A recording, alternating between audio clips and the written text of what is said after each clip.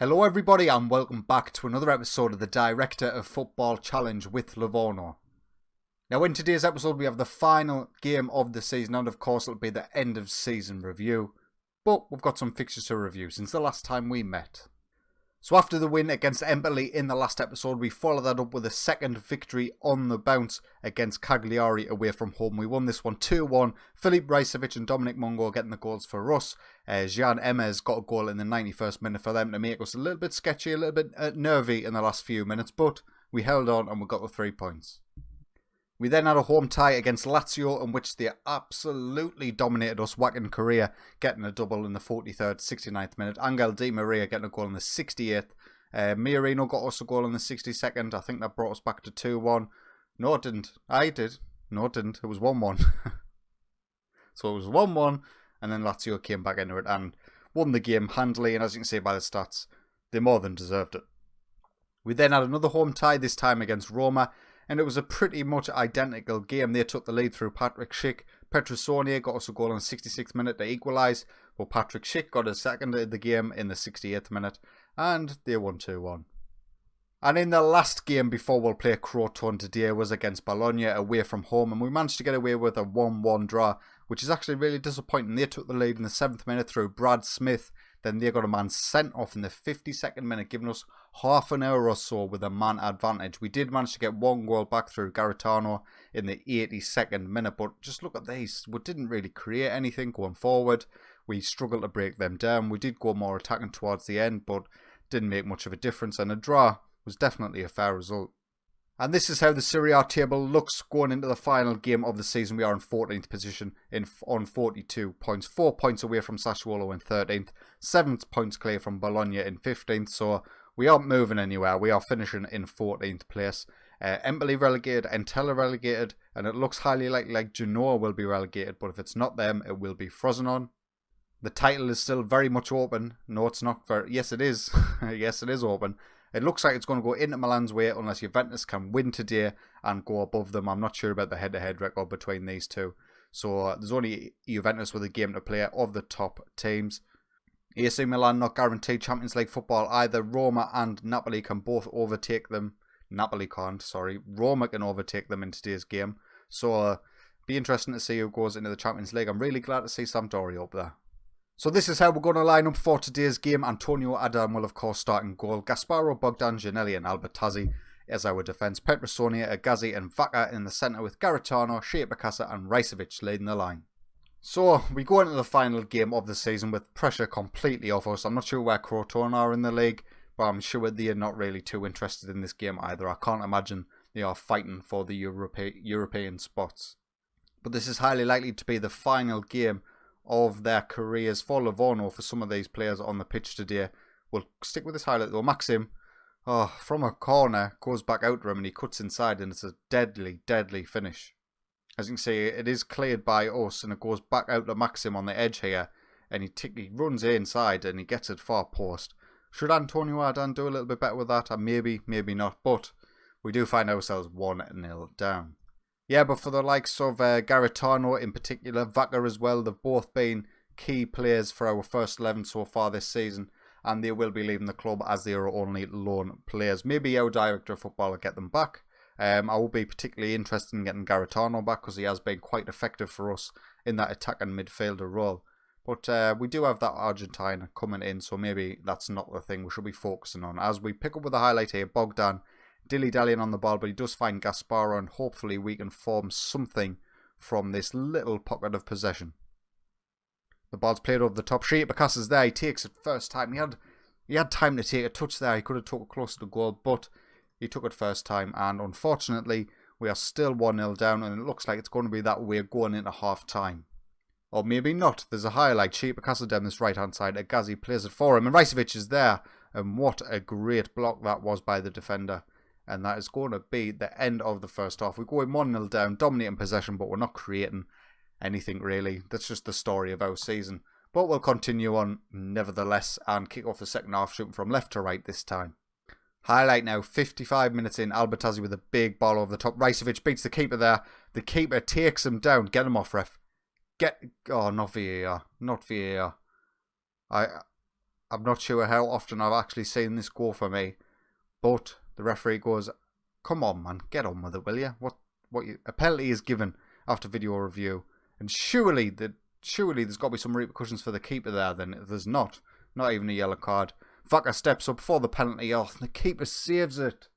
Oh, we should really be putting them penalties away. Vaca now down to a 6.0 on his average rating.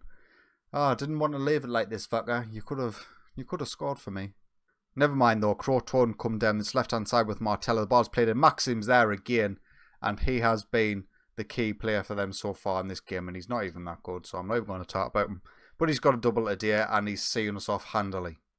Half an hour left. We'll make some changes. Is there anyone I particularly want to get on? Not really. We'll maybe get Busalata one. He is on loan as well, and this is likely to be the final game of the season for him. So we'll get him on the pitch. Then we'll just make some other changes. We'll get Aidan Flint on in the defensive midfield position, and we'll see if that can make any difference. 10 minutes to go. We'll make our final change of the game. We'll get Parisi on for Gasparo. And we're going to go out without even a whimper. Not even an opportunity in the final 12 minutes. But going by the stats, it was probably quite an even game. But Crotone go away with it with a 2-0 lead. A defeat to end our season's always disappointing, but it didn't matter one iota. So thinking ahead to next season, where of course the director of football will be in charge of all transfers. After I've seen the feedback from the episode last season in the summer when I was complaining about the director of football, I am going to persist with him in charge of everything, including choosing the targets. That was one of the suggestions. Maybe I could pick maybe 1 or 2 targets per season that I get my director of football to negotiate on my behalf. But I do want to persist this way. I don't want to be... Because if I'm picking the targets, I can then select players who are going to be good for us. You know, they're going to improve with our side. They're going to get better, and they're going to eventually turn into really, really great players, which is what I want our director of football to do for us. You know, I want him to be going out and finding these players and making them signings. But I've got a little bit of hope after the signings in January, although he was basically replacing a first team player when he signed Antonio Adan. He was an improvement on Antonio Adan. Not Antonio Adan. Declan Rudd was... Antonio Adan was an improvement on Declan Rudd. So that gives me a little bit of hope going in the summer transfer window that maybe he might eventually start, get the ball rolling and get some signings in. This will be our 3rd season in Serie A with Livorno, and hopefully our reputation is creeping up there. And I think that'll heavily influence who my director of football goes for once the reputation starts to increase. And another reason why I don't want to start messing with the transfers, because we do have some young players coming through the ranks, which you will be seeing next season. Unless we sign players who are really, really good, these lads will be coming into the first team squad. So first off, we've got Leonardo Salerno. He's a 17-year-old centre-back.